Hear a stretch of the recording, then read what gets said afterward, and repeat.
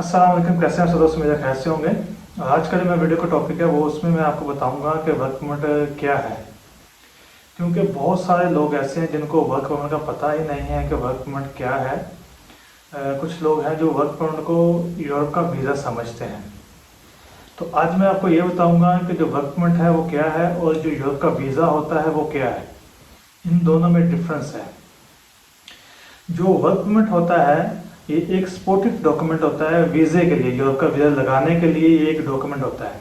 जैसा कि आप किसी को स्पॉन्सर करते हैं, बाहर से कोई आपको स्पॉन्सर करता है वीज़े के लिए, ये सेम वैसा ही है कि किसी कंपनी में, अगर पोलैंड में कोई कंपनी है, कोई फैक्ट्री है और उसमें लेबर की ज़रूरत है और वहाँ से उनको लेबर नहीं मिल रही, तो वो किसी दूसरी कंट्री से लेबर वहाँ पे बुलवाना चाहते हैं, तो वो एक वर्क परमिट इशू करवाते हैं अपने फॉरेन अफेयर ऑफिस से, जहाँ से वर्क परमिट इशू होते हैं। वहाँ से वर्क परमिट इशू होने के बाद वो बंदे को प्रोवाइड करवाते हैं जो बंदा उनको चाहिए होता है। और वहाँ पे कुछ कंसल्टेंट एजेंसीज हैं, कुछ लॉयर हैं जो ये काम करवा के देते हैं। और यहाँ पे ओमान में, सऊदीया में और भी बहुत जगह पे ये कंसल्टेंट बने हुए हैं जो वर्क परमिट निकलवा के दे देते हैं बंदे को। अभी आपको बताता हूँ कि वर्क परमिट का प्रोसीजर जो है वो कैसे होता है। जैसा कि कंपनी पोलैंड में है और उनको वर्कर चाहिए, लेकिन उनके पास पोलैंड में जो है वो उनसे अवेलेबल नहीं हो रहा बंदे काम के लिए, तो वो दूसरी किसी कंट्री से बुलवाना चाहते हैं, तो वो वहाँ से वर्क परमिट अप्लाई करवाते हैं बंदों के लिए। जैसे यहाँ पे कोई बंदा है वो पाकिस्तान में है, चाहे ओमान में है, तो वो यूरोप कंट्री जाना चाहता है। यहाँ पे बहुत सारे कंसल्टेंट हैं जो वर्क परमिट प्रोवाइड करवाते हैं। वर्क परमिट जो है वो एक्सपोर्टिव डॉक्यूमेंट होता है यूरोप के वीज़े के लिए। वर्क परमिट का मतलब ये होता है कि आप वहाँ पे जाके काम करेंगे। ये कंपनी होती है, साथ में कम्युनिकेशन लेटर होती है, गारंटी लेटर होता है। तो ये सारे सपोर्टिव डॉक्यूमेंट होते हैं। जो वर्क परमिट है वो भी एक डॉक्यूमेंट है, ना कि वीज़ा।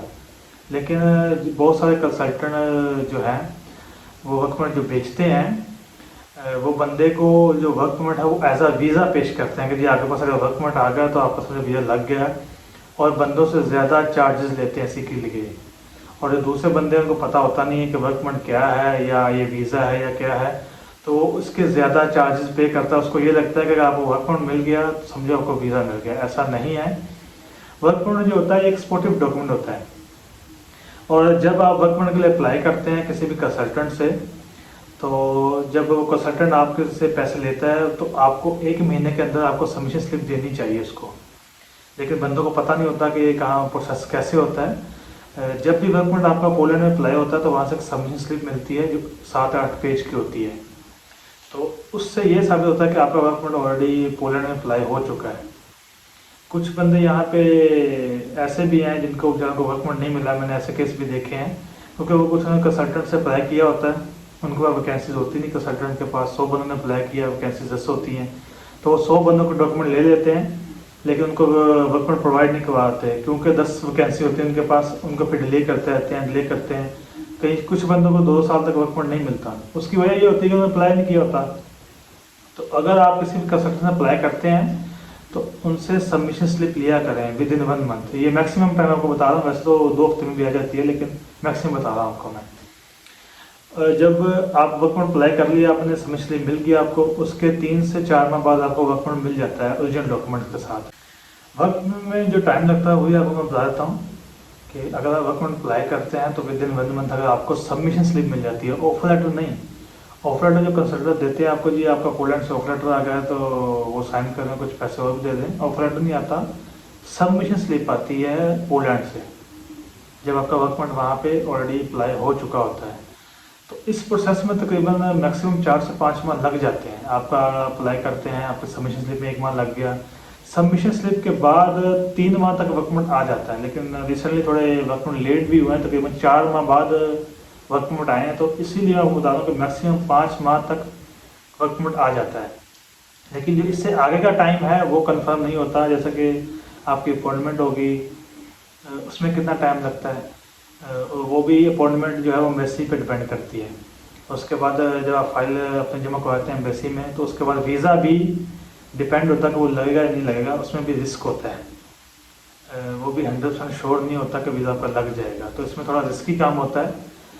वीज़ा लगने का और ना लगने का। लेकिन फिर भी लोग रिस्क लेते हैं, जिनको नॉलेज है, उनको पता होता है कि वो क्या काम कर रहे हैं और वो कैसे कर रहे हैं, तो लोग रिस्क लेते हैं, उनके कुछ उनके वीज़ा लग भी जाते हैं। जिन बंदों को नॉलेज नहीं होती, जिनके पास पूरे डॉक्यूमेंट नहीं होते, वो अगर अप्लाई करते हैं तो उनके लिए थोड़ा मुश्किल होती है। तो इससे बेहतरीन हल यही है कि आप सबसे पहले थोड़ी नॉलेज लें इस बारे में कि यूरोप जा कैसे सकते हैं आप, ये प्रोसेस कैसे होता है। तो आपको पता होगा कि भाई आप जो काम कर रहे हैं वो सही हो रहा है या नहीं हो रहा है, चाहे वो कोई बंदा भी करवा रहा है आपको काम, तो आपको पता होना चाहिए कि ये काम बिल्कुल सही हो रहा है या नहीं हो रहा। मसला तब होता है जब बंदे को पता नहीं होता कि कोई आप जो आपको ये पता है आपने यूरोप जाना है, लेकिन ये नहीं पता कि कैसे जाना है या क्या प्रोसेस होता है उसका।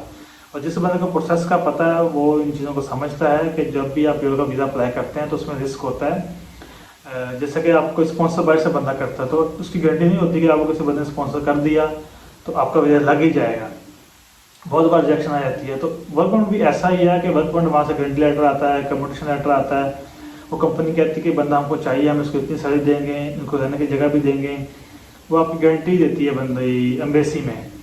इसके बावजूद भी रिजेक्शन आ जाती है क्योंकि एम्बेसी देखती है आपके डॉक्यूमेंट को, आपकी प्रोफाइल को, आपको, उसके बाद वो डिसाइड कर। पोलैंड का जो प्रोसेस है वर्क परमिट का, दूसरी कंट्री का भी तकरीबन सेम ही होता है, जितनी भी यूरोपियन कंट्री हैं सबका प्रोसेस सेम ही है, बस थोड़ा सा डिफरेंस होता है इसके अंदर। वर्क परमिट जो है ये बहुत सारे कंसल्टेंट जो है ये प्रोवाइड करवा देते हैं बंदे को, इसमें कोई मुश्किल काम नहीं है। और वर्क परमिट भी 2-3 किस्म के होते हैं, एक सीजन वर्क परमिट होता है और एक दूसरा वर्क परमिट होता है जो 3 साल की वैलिडिटी वाला होता है। तो जब भी आप अप्लाई कर रहे हैं तो आपको पता होना चाहिए कि जो वर्क परमिट है वो आपको 3 साल वाला लेना चाहिए, 2 साल वाला जो वैलिडिटी हो। जो 6 मंथ वाला सीजन वर्क परमिट आता है उसका फ़ायदा नहीं होता, उस पर रिजेक्शन आ जाती है बंदों की। और आपको बताता हूँ कि ये प्रोसेस आगे कैसे बढ़ता है। जब आपको वर्क परमिट आ जाता है तो जो एजेंट होता है उसका काम खत्म हो जाता है वहाँ पे। अगर आपको ओरिजिनल वर्क परमिट प्रोवाइड करवाता है, डॉक्यूमेंट प्रोवाइड करवाता है आपको, तो उसके बाद की कोई गारंटी नहीं होती कि वो बाद में जो स्टेप होने हैं उनका क्या रिजल्ट आएगा। जैसा कि आपने वर्क परमिट आपको मिल गया, एजेंट ने अपनी जो फीस थी वो भी आपसे ले ली, उसके बाद आती है बारी फाइलिंग की। फाइलिंग बहुत इंपॉर्टेंट होती है इसमें। जब भी आपने अपनी एम्बेसी में डॉक्यूमेंट जमा करवाने हैं, फाइलिंग बहुत इंपॉर्टेंट है। फाइलिंग आप किसी अच्छे बंदे से करवाएं जो इसमें एक्सपर्ट हो। जैसा कि मुझे एक बंदे का पता है जो दुबई में है, सुदीप भाई उनका नाम, सुदीप रावत के नाम से उनका यूट्यूब चैनल भी है। वो फाइलिंग अच्छी करते हैं, वो इस काम में एक्सपर्ट हैं, पोलैंड की फाइलिंग करने में। तो फाइलिंग करते हैं, कवर लेटर बनाते हैं, तो आपकी जो फाइल है वो लॉगिन कर देते हैं एम्बेसी में, तो आपको ईमेल आना स्टार्ट हो जाती है। और जब ईमेल आना स्टार्ट होती है तभी आपको ये भी पता चल जाता है कि आपका जो वर्क परमिट है वो ओरिजिनल है या नहीं। कुछ बंदों ने, बहुत सारी मैंने वीडियो देखी है यूट्यूब पे, वो बताते हैं कि वर्क परमिट कैसे चेक करें, ऐसे चेक करें। 8-8, 9-9, 10-10 मिनट की वीडियो उन्होंने बनाई हुई है, लेकिन उसमें सही बात कोई एक भी, बहुत मुश्किल कोई 1-2 मिनट की सही बात होती है उनके अंदर। तो वर्क परमिट को चेक करने का जो सही और आसान तरीका है, जो 100% जेन्युइन काम है, वो यही आसान तरीका है कि आप जब अपनी फाइल एम्बेसी में लॉगिन करवाते हैं, अपॉइंटमेंट की बात नहीं कर रहा मैं, अपॉइंटमेंट बाद में आती है, पहले फाइल लॉगिन होती है, आपकी एप्लीकेशन के पास जाती है कि जी मुझे आप बुलाएं, मेरे पास वर्क परमिट है, मैं अपनी फाइल आपके पास सबमिट करवाना चाहता हूँ।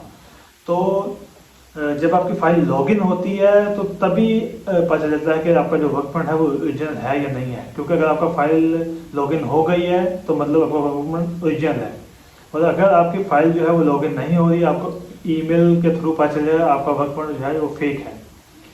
और जब आपकी फाइल लॉगिन हो जाती है, जो अपॉइंटमेंट का टाइम होता है एम्बेसी का, वो भी आपको कंफर्म नहीं बता सकता कोई बंदा भी। जैसा कि सऊदी में अपॉइंटमेंट अगर लेनी है आपने, चाहे दुबई में चाहे पाकिस्तान में, वो टाइम जो है वो एम्बेसी के हाथ में होता है कि आपको चाहे वो विद इन 2 वीक में मिल जाए वो अपॉइंटमेंट, चाहे वो आपको 8 महीने में भी ना मिले। मैंने पाकिस्तान में एक केस देखा जिसकी अपॉइंटमेंट तकरीबन 18 माह बाद आई थी वर्क परमिट की। तो अपॉइंटमेंट जो है वो भी किसी एजेंट या बंदे के हाथ में नहीं होती। और उसके बाद बात आ गई वीज़ा की। जितना आपका खर्चा होता है ना जी पोलैंड जाने के लिए या दूसरी यूरोपियन कंट्रीज के लिए भी आप वर्क परमिट अप्लाई करते हैं, तो आपका सारा खर्चा जो है वो पहले ही हो जाता है एम्बेसी जाने तक। जैसा कि आपने वर्क परमिट की फ़ीस पे कर दी, उसके बाद आपने फाइलिंग की फ़ीस भी पे करनी है। आपने अगर दूसरी कंट्री में कहीं जाना, जैसे ओमान में बंदे हैं, ओमान में पोलैंड की एम्बेसी नहीं है, तो उनको सऊदी जाना पड़ेगा या पाकिस्तान जाना पड़ेगा। पाकिस्तान में एक तो रेशो कम है, वीज़े की चांसेस कम होते हैं लगने के। दूसरा, वहाँ पे अपॉइंटमेंट जल्दी नहीं मिलती है, तो बहुत सारे लोगों ने अप्लाई किया हुआ है। लेकिन पाकिस्तान, बांग्लादेश और इंडिया में रेशो कम है वीज़ा लगने की, क्योंकि वहाँ पे कुछ बंदों की वजह से, जैसे कि डॉक्यूमेंट फेक बनवा देते हैं, वर्क परमिट भी फेक दिलवाते हैं बंदों को, तो इस वजह से वहाँ पे रिजेक्शन कम है। गल्फ में इसके चांसेस ज़्यादा हैं आपके वीज़ा लगने के। अगर आप गल्फ में रहते हैं कहीं भी, तो आपके चांसेस ज़्यादा हैं बनिस्बत पाकिस्तान, इंडिया के या बांग्लादेश कंट्री के, आप कह सकते हैं। तो जब आपने पूरी अपनी फाइल, जो उसके बाद मैंने बताया था एक्सपेंसेस के बारे में, कि आपने डमी टिकट करवानी है पोलैंड जाने की, आपने इंश्योरेंस भी करवानी है, आपने फिर वहाँ पे जब एम्बेसी में जाना है वहाँ की फ़ीस भी आपने देनी है। तो जितना भी सारा खर्चा होता है यूरोप जाने का, आपका पहले ही हो जाता है। यूरोप जाने से पहले एम्बेसी जाने तक आपका खर्चा पूरा हो जाता है, जो होना होता है। उसके बाद आपकी फ़ाइल जब वो एम्बेसी वाले लेते हैं, तो आपको टाइम बता देते हैं कि 10 या 12 दिन में रिजल्ट आ जाता है। मैक्सिमम इतना टाइम, मैक्सिमम तो थोड़ा ज़्यादा भी लग जाता है, लेकिन 10 से 12 दिन में, 2 वीक में रिजल्ट आ जाता है। वो आपका सारे डॉक्यूमेंट्स रखते हैं, फिर सारे डॉक्यूमेंट्स को चेक करते हैं, और उसकी बिना पे फिर वो देखते हैं इस बंदे को वीज़ा देना है या नहीं देना है, या वो इस बात पे बाद में वो डिसाइड होता है कि उसको वीज़ा मिलेगा या नहीं मिलेगा। आप जाते हैं तो तभी आपको नहीं बताएंगे कि आपको वीज़ा मिलेगा या नहीं मिलेगा। या अगर आपके पास डॉक्यूमेंट है, आपके पास सारे डॉक्यूमेंट कंप्लीट हैं, लेकिन फिर भी चांसेस होते हैं कि आपका वीज़ा रिजेक्ट हो सकता है, जैसा कि आपकी नेशनलिटी की वजह से या किसी और वजह से। ये उन पर डिपेंड करता है कि आपको वीज़ा दें या ना दें। तो ये काम रिस्की होता है, फिर भी चांसेस होते हैं वीज़ा ना लगेंगे। बेशक आपकी फाइल भी ओके, हर चीज़ ओके हो, तब भी कोई भी बंदा आपको 100% ये नहीं कह सकता कि जी आपका वीज़ा लगेगा ही लगेगा यूरोप का, अगर आपके पास वर्क परमिट है तो। ऐसा नहीं होता, इसमें रिस्क होता है। यानी कि 90% जो वीज़े हैं वो लग जाते हैं अगर आपकी फ़ाइल ठीक हो, आपका वर्क परमिट अच्छी कंपनी का आया हो और हर चीज़ ओके हो, तो 90% जो है वो वीज़े लग जाते हैं। लेकिन 10% वीज़े फिर भी रिजेक्शन हो जाती है, कुछ थोड़े बहुत डॉक्यूमेंट्स की वजह से। जैसे आपके पास कोई डॉक्यूमेंट्स कम हो तो उनकी वजह से रिजेक्शन आ जाती है, या नेशनलिटी की वजह से, कोई भी मसले ऐसे छोटे मोटे हो जाते हैं जिनकी वजह से कि रिजेक्शन आ जाती है। अगर तो कोई मेजर मसला ना हो तो आप रिपील भी कर सकते हैं। अगर डॉक्यूमेंट मिसिंग हो या आपके पास अवेलेबल ना हो, तो वो कहेंगे ये डॉक्यूमेंट लेके आओ, तो आप रिपील कर सकते हैं उसी डॉक्यूमेंट के ऊपर। 14 दिन के अंदर अंदर आपने उनको डॉक्यूमेंट प्रोवाइड करवाना है, तो आपको वीज़ा मिल जाएगा इंशाल्लाह। तो अभी आपको समझ आ गया होगा कि जो वीज़ा है वो एम्बेसी के हाथ में होता है। कोई भी एजेंट या कोई बंदा आपको वीज़ा नहीं दिलवा सकता यूरोप का। हाँ, कोई बंदा आपको वर्क परमिट दिलवा सकता है, जो कि एक्सपोर्टिव डॉक्यूमेंट है वीज़ा लगने के लिए। कोई भी बंदा आपको वीज़ा नहीं दिलवा सकता। बहुत सारे बंदे जो मैसेज करते हैं, उनको इस बारे में नॉलेज नहीं है कि वर्क परमिट है क्या। वर्क परमिट एक्सपोर्टिव ही डॉक्यूमेंट है। कोई एजेंट या कंसल्टेंट है, वो आपको अगर वर्क परमिट दे रहा है तो इसका मतलब ये नहीं कि वो आपको वीज़ा दे रहा है। वो आपको वीज़ा लगने के लिए सपोर्टिव डॉक्यूमेंट दे रहा है और उसी की फ़ीस ले रहा है। और जो एजेंट, कुछ तो मैंने ऐसे देखे हैं जो वर्क परमिट को ही वीज़ा बता देते हैं कि जी ये आपके पास वर्क परमिट है तो वीज़ा आपका लगेगा, और वो इसी बिना पे फ़ीस भी ज़्यादा चार्ज करते हैं। हालांकि वर्क परमिट की ज़्यादा फ़ीस नहीं है, कम फीस है वर्क परमिट की। तो अभी उम्मीद है इंशाल्लाह आपको थोड़ी समझ आ गई होगी कि जो वर्क परमिट है वो क्या है और जो यूरोप का वीज़ा है वो क्या है। अगर इसके लायक कोई इन्फॉर्मेशन आपको चाहिए हो तो आप मुझसे मेरे व्हाट्सएप नंबर पर रब्ता कर सकते हैं। तो इंशाल्लाह जैसे ही मैं फ्री होता हूँ या व्हाट्सएप पे आपका मैसेज देखता हूँ तो आपको रिस्पॉन्स कर दूँगा। Thank you so much. मिलते हैं इंशाल्लाह अगली वीडियो में, तब तक के लिए अल्लाह हाफिज़।